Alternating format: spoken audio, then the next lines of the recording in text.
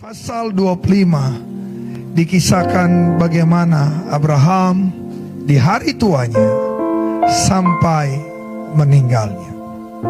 Luar biasa Bapak Ibu yang Tuhan Yesus berkati. Sebelum Bapak Ibu beristirahat menyambut usbu yang baru, saya ingin membentangkan sebuah kebenaran yang harusnya Bapak Ibu pegang terus. Sederhana, dari pasal 25 kisah kematian Abraham. Hal pertama yang saya mau bagi buat Bapak Ibu, bahwa orang beriman pasti diberkati. Amin. Ayo sama-sama katakan, saya pasti diberkati. Saya pasti diberkati. Orang beriman pasti diberkati. Amin.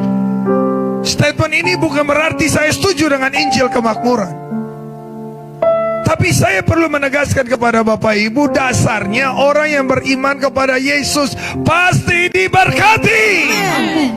Wow. Bukan berarti kita yang diberkati tidak menikmati yang namanya kekurangan. Saya dan Anda pasti ada saat-saat di mana Tuhan izinkan kita menikmati lembah-lembah kekurangan. Tapi intinya, keselamatan yang kau dan saya terima, ada perjanjian bahwa kita pasti diberkati. Makanya harusnya jadi pertanyaan Bapak Ibu, kalau sampai malam ini katanya kau sudah bertobat lahir baru, tapi hidupmu susah terus. Dengar Bapak Ibu ya, dengar nih. Kita boleh diizinkan susah oleh Tuhan, tapi kalau keterusan susah, astaga, jangan ada yang salah Bapak Ibu. Bapak Ibu dengar, kita boleh dapat masalah.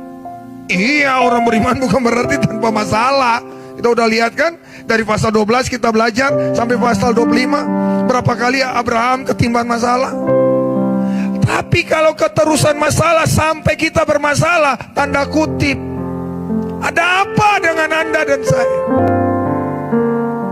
Jadi ingat ini baik-baik ya Bapak Ibu, kita boleh susah, tetapi nggak bisa lah terus susah. Masa dari hari pertama bertobat sampai sudah 10 tahun, 20 tahun susah terus? Ada yang salah dengan pertobatanmu. Saya berani bilang ada yang salah. Dengar, Ayub diizinkan susah, tapi cuma sekitar 2-3 tahun susahnya. Setelah itu dipulihkan lagi.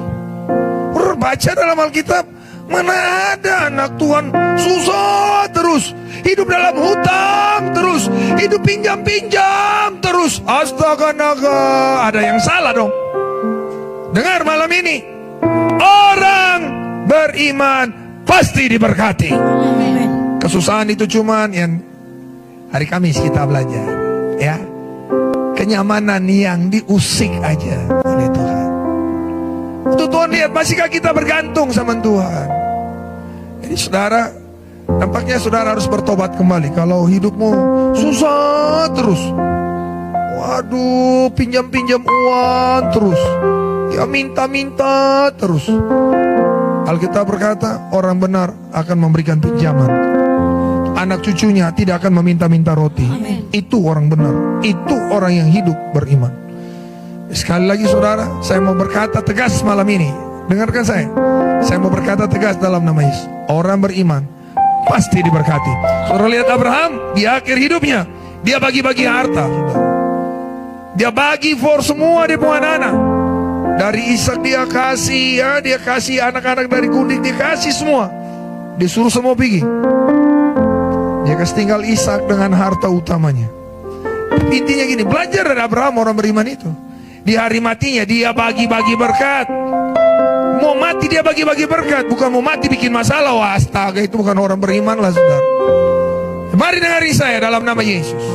Seperti Abraham diberkati sampai akhir hayatnya, demikianlah engkau dan saya, orang-orang yang ada dalam Kristus pasti diberkati. Haleluya.